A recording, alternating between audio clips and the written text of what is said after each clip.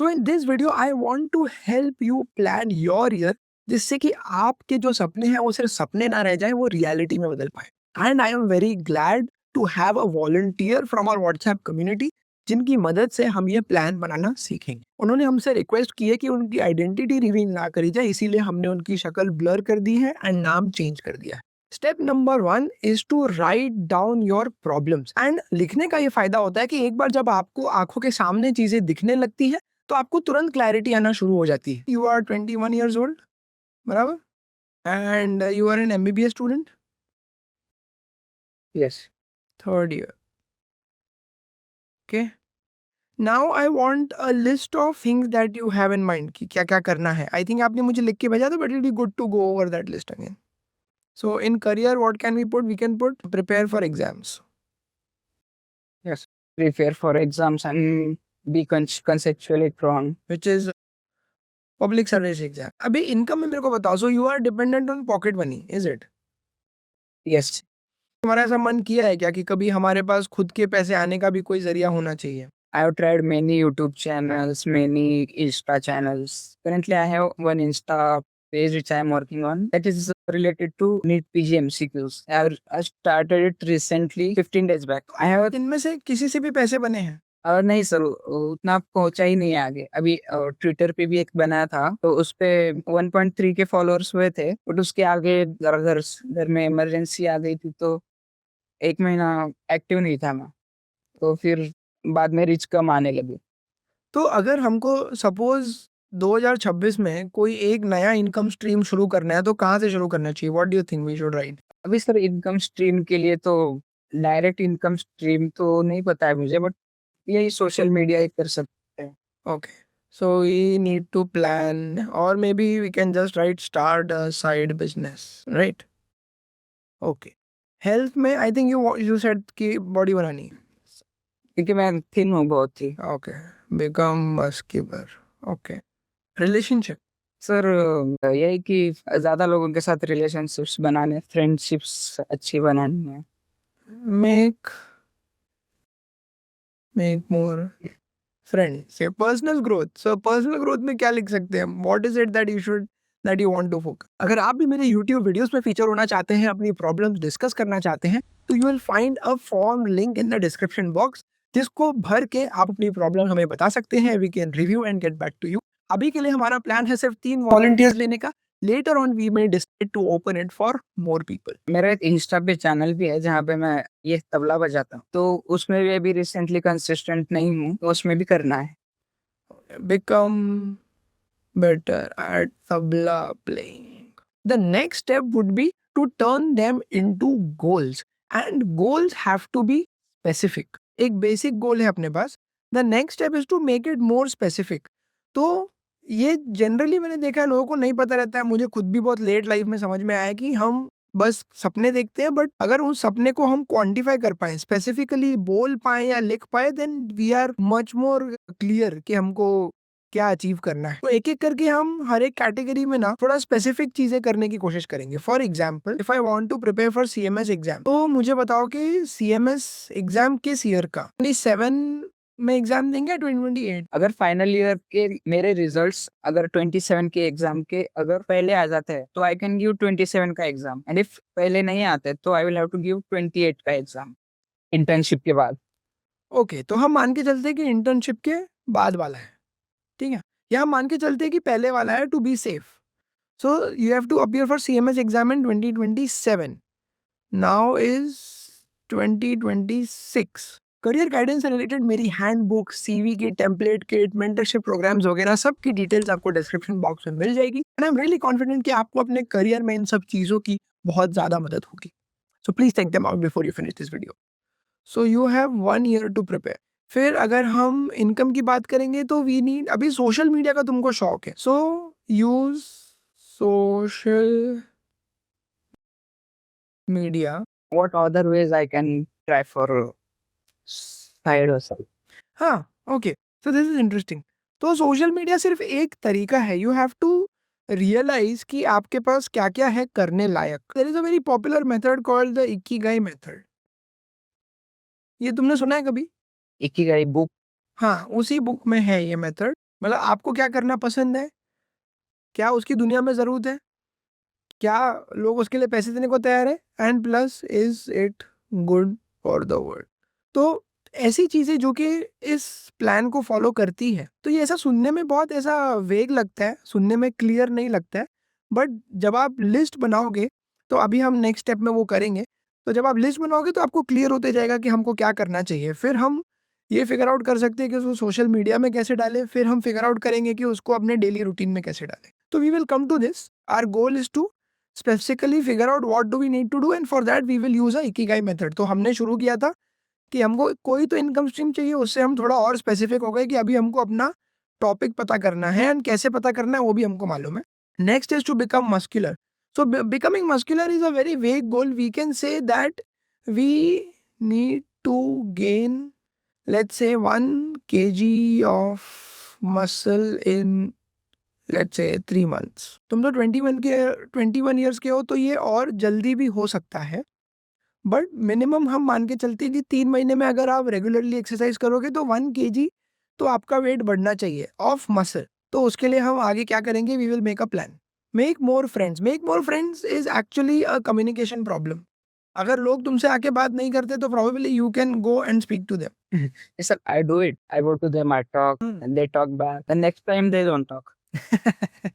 Sir इसका एक ये भी रीजन है कि कोई ग्रुप नहीं है मेरा इसे। टू बी ऑनेस्ट मेरे साथ ये प्रॉब्लम नहीं आई है, बट मैंने जो चीज समझी है कि जो लोग बहुत बात करते हैं, जो लोग बात नहीं करते हैं, फर्क ये होता है कि जो लोग बात करते हैं उनके पास इंटरेस्टिंग टॉपिक होते हैं बात करने। जनरली आप देखोगे तो अगर आप बैठ के याद करोगे ना, तो आपको हर दोस्त के साथ एक टॉपिक एसोसिएटेड मिलेगा कि अरे ये हमेशा खाने की बात करता रहता है, ये हमेशा घूमने की बात करता रहता है, ये हमेशा पढ़ाई की बात करता रहता है। तो if you have something to talk about, then it is very easy to go and talk about. अभी जैसे तुम सोशल मीडिया है, अगर कोई तुम्हारे ग्रुप में इंस्टाग्राम वगैरह के बारे में बात नहीं करता है, तुम अकेले हो जिसको कि ये सब का नॉलेज है, तो इवेंचुअली ऐसा होगा कि वो 10 में से 2 लोग आएंगे तुम्हारे पास पूछने के, अरे भाई कैसे करते हैं यार, मेरे को ही बता। What do you think?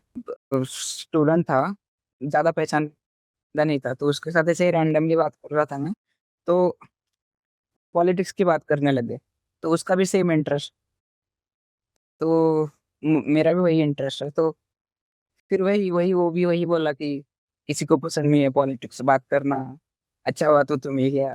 तो ऐसे इंटरेस्ट वाले लोग कम है। The idea is to have a variety of topics to speak about। जरूरी नहीं कि आपको हर एक टॉपिक के बारे में कुछ बहुत पता हो, बट आपको एक जनरल इंटरेस्ट होना चाहिए। तो ये सब चीजें लोग जनरली बात करते तो आप भी वो कन्वर्सेशन का पार्ट हो सकते हैं। एंड दूसरा है कि वो कभी भी ये पूछने में शर्माने का नहीं कि अरे क्या चल रहा है। लोग बात नहीं करते, खाली सोचते रहते हैं कि अरे अपने को समझ में नहीं आ रहा, लेकिन पूछते नहीं है।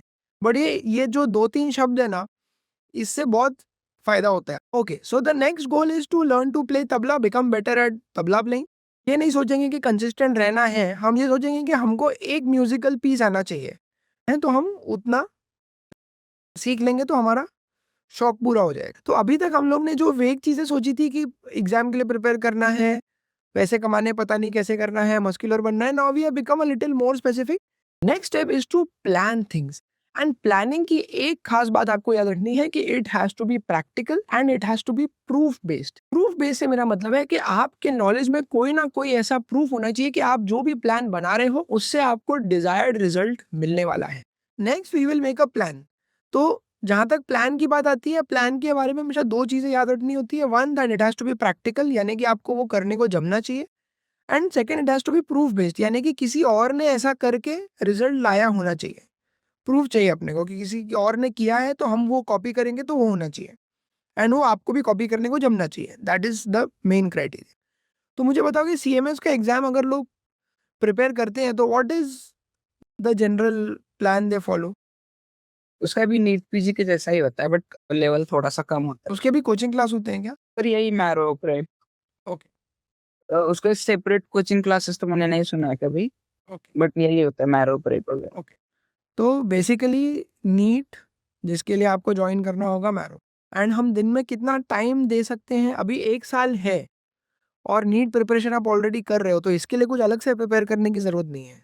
पर मतलब ज्वाइन मैरो, ऐसा किसी ने किया है, यही करते हैं, यही उसका प्रूफ है क्या?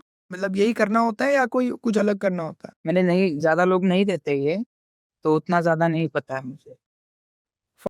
Find more evidence. ठीक है, तो अभी तक हमको प्रूफ पक्का नहीं है, हमने मोटा मोटा सुना है कि ऐसा कर कि दोनों का प्रिपरेशन साथ में कर सकते हैं, लेकिन हमको भी श्योर नहीं है, तो हमको जाके बात करनी पड़ेगी लोगों से, राइट, बिकॉज अभी तक प्रूफ नहीं है। तो वी विल, मैं यहाँ पे लिखता हूँ कि कोई एक आदमी ढूंढना है जिसने कि ये एग्ज़ाम क्रैक किया है, चाहे वो इंस्टाग्राम पे हो, चाहे वो ट्विटर पे हो, चाहे कहीं पे भी हो या इन पर्सन हो, एंड हफ्ते में एक आदमी से बात करनी, तो आपको क्लैरिटी आएगी कि एक्चुअली में क्या करना हो। अभी जहाँ तक सोशल मीडिया की बात आती है, अगर हम इनकम की बात करेंगे तो बेसिकली जो इकिगाई मेथड होता है उसमें सबसे पहले तो फाइंड योर नीश, मतलब राइट ऑल योर इंटरेस्ट, आपको जो जो चीज़ों में इंटरेस्ट है वो लिखो, फिर देखो कि वो जो इंटरेस्ट के लोग हैं वो इंटरनेट पे क्या बात कर रहे हैं, एंड उसके बाद देखो कि वो लोग अपना बिजनेस कैसे चला रहे हैं, राइट। अभी अगर कोई सपोज डॉक्टर है, वो फिटनेस के बारे में बात कर रहा है, तो वो इंस्टाग्राम पे क्या कंटेंट डालता है एंड इवेंचुअली वो क्या बिजनेस बना रहा है उससे, उसको ब्रांड डील्स आ रही है, कोर्स चला रहा है, या वो कंसल्टेशन कर रहा है, या उसने कोई ई बुक लिखी है, या क्या किया। तो फाइंड सिमिलर बिजनेसेस। देन जहाँ तक बिकम मस्कुलर का आता है, this is a very fairly simple problem to solve. The plan will be, ठीक है, एंड इसमें प्रूफ की ज़रूरत नहीं है बिकॉज काफ़ी स्ट्रेट फॉरवर्ड सी चीज़ है, राइट। अगर आप रेगुलरली वर्कआउट करोगे, रेजिस्टेंस ट्रेनिंग करोगे, प्रोटीन खाओगे, अच्छे से सोओगे, तो आपकी बॉडी बन जाएगी। हाँ, तो when it comes to speaking making more friends, find interesting topics. इसको अगर हमको और स्पेसिफिक करना है, हमको प्लान बनाना है, तो we will say explain one topic every week. मैं डेली तो नहीं लिखूंगा, बट एवरी वीक में लिखूंगा। हाँ, उससे क्या होगा ना, आपको भी नई नई चीज़ें पता चलेंगी एंड आप किसी को बताओगे तो आपके बोलने की भी प्रैक्टिस होगी। तो हम ये भी नहीं कह सकते कि अपन को बोलने को जमता नहीं है। May be you can try new things. आपने कुकिंग करी फॉर एग्जाम्पल, कभी आपने कोई नया रेस्टोरेंट जाके ट्राई किया, या आपने स्पोर्ट्स खेलना शुरू किया, anything that knew that is interesting, तो उससे ओवरऑल आप इंटरेस्टिंग बनोगे। किसी एक दिन को जाके एक्सप्लेन करोगे तो it will be much more helpful, right. तो हमने एक प्रैक्टिकल प्लान ये बनाया है कि हमको अपना एक एक कोई तो टॉपिक जाके किसी को एक्सप्लेन करना है जो इसको हमको नहीं आता था, जो कि इंटरेस्टिंग है, जिससे कि आपकी बोलने की प्रैक्टिस होगी। जहाँ तक तबला की बात आती है, I think our plan can be listen to great tabla music, कर सकते हैं, डुएबल है। Yes. तो इससे इम्प्रूवमेंट तो आ जाएगा। इम्प्रूवमेंट कैसे आएगा, आप अच्छी चीज़ें सुनोगे तो आपकी नॉलेज बढ़ेगी, आपका टेस्ट इम्प्रूव होगा, और आप उसको प्रैक्टिस करोगे तो आपका हाथ भी चलेगा, फिर आप वही चीज़ें बजा भी पाओगे। Yes.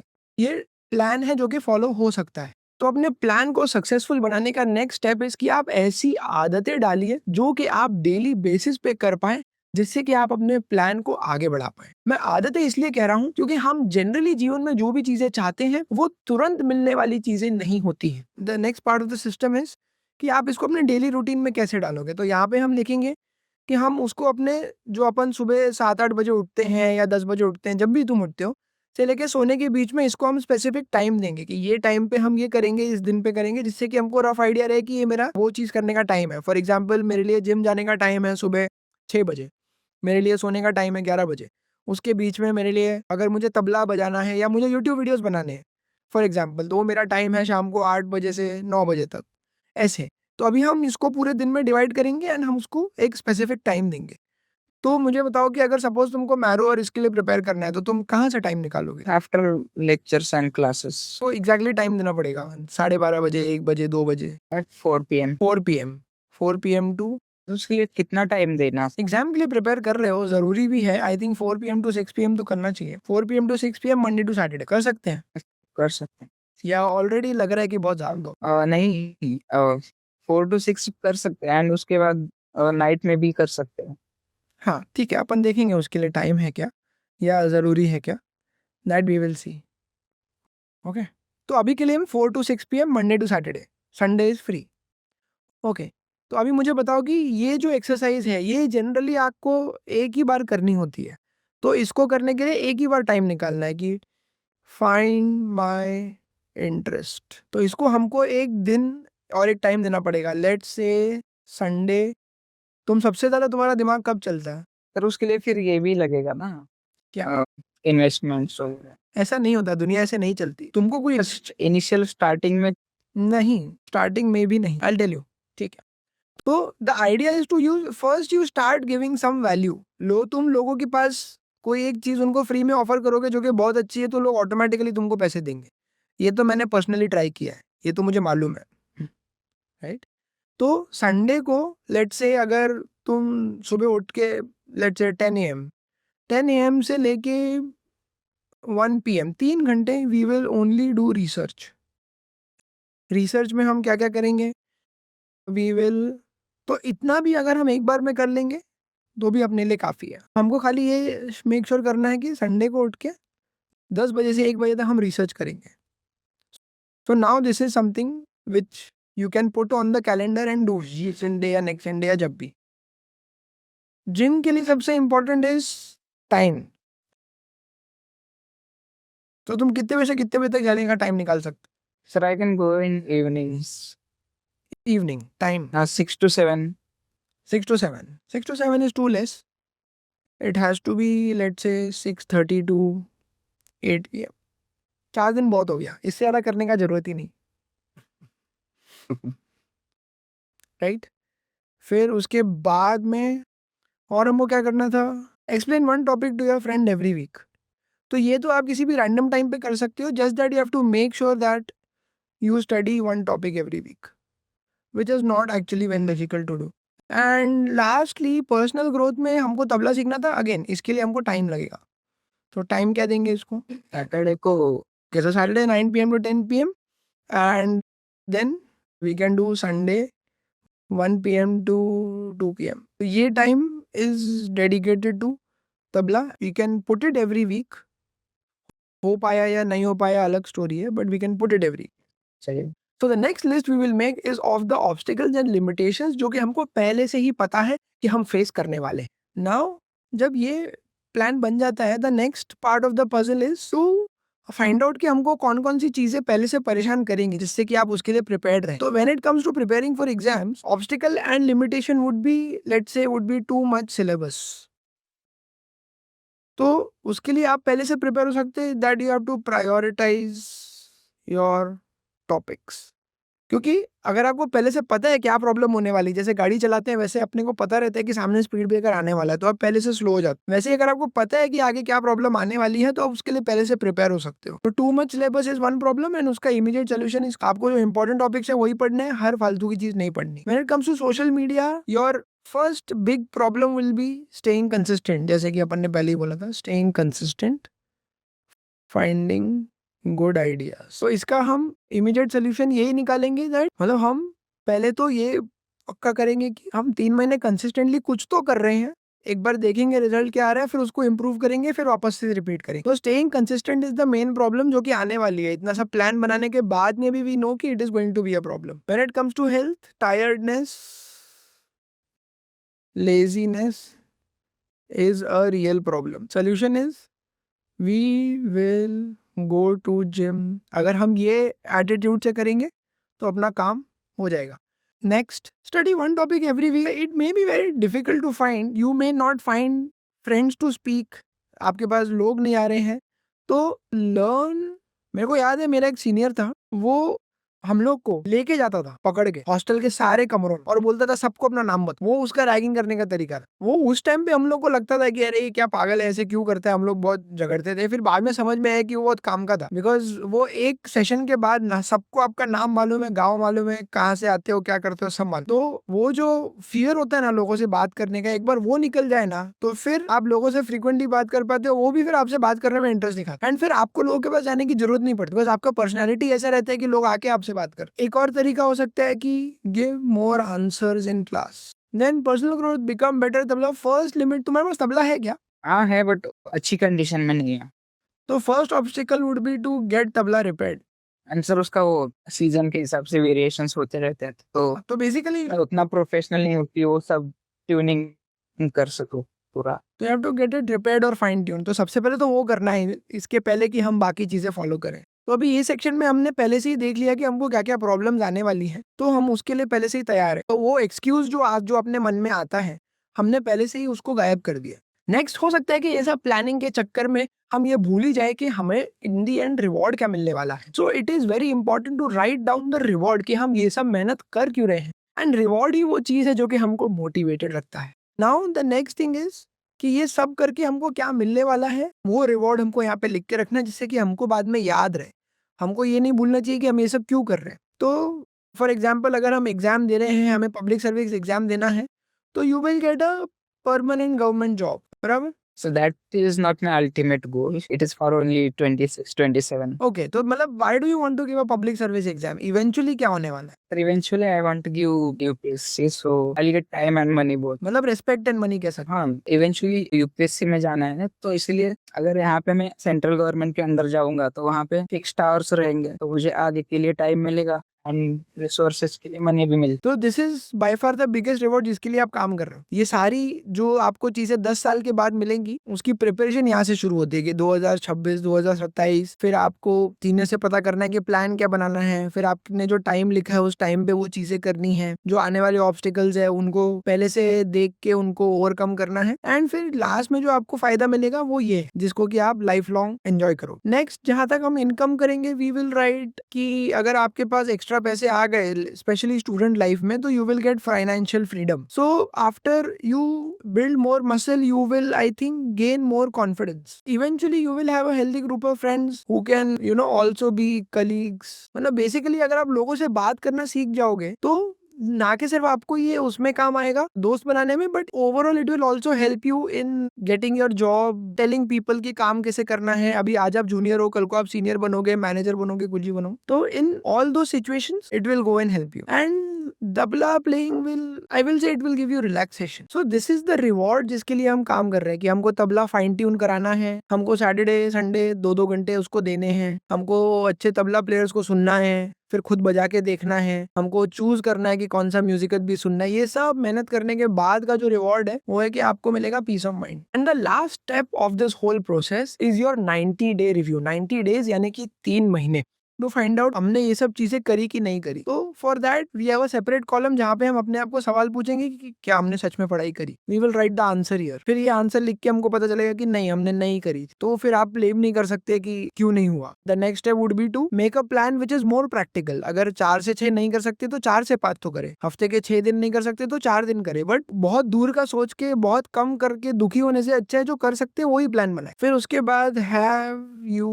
Started business. तो कम से कम 90 डेज के बाद, 3 महीने के बाद आपको कोई तो इसमें से एक चीज का आंसर होना चाहिए। कोई बिजनेस का आइडिया आया, आपने कोई प्लान बनाया, शुरू किया, कहाँ पहुंचा, कर भी पाए, नहीं कर पाए, या खाली प्लान बना के भूल गए। Here will come the answer. जहां तक हेल्थ की बात आती है, have you gained 1 kg weight? बहुत सिंपल सा क्वेश्चन है, इसका तो तुरंत आंसर आ जाएगा यस या नो में। क्या आपने एक्चुअल में जाके लोगों से बात करी?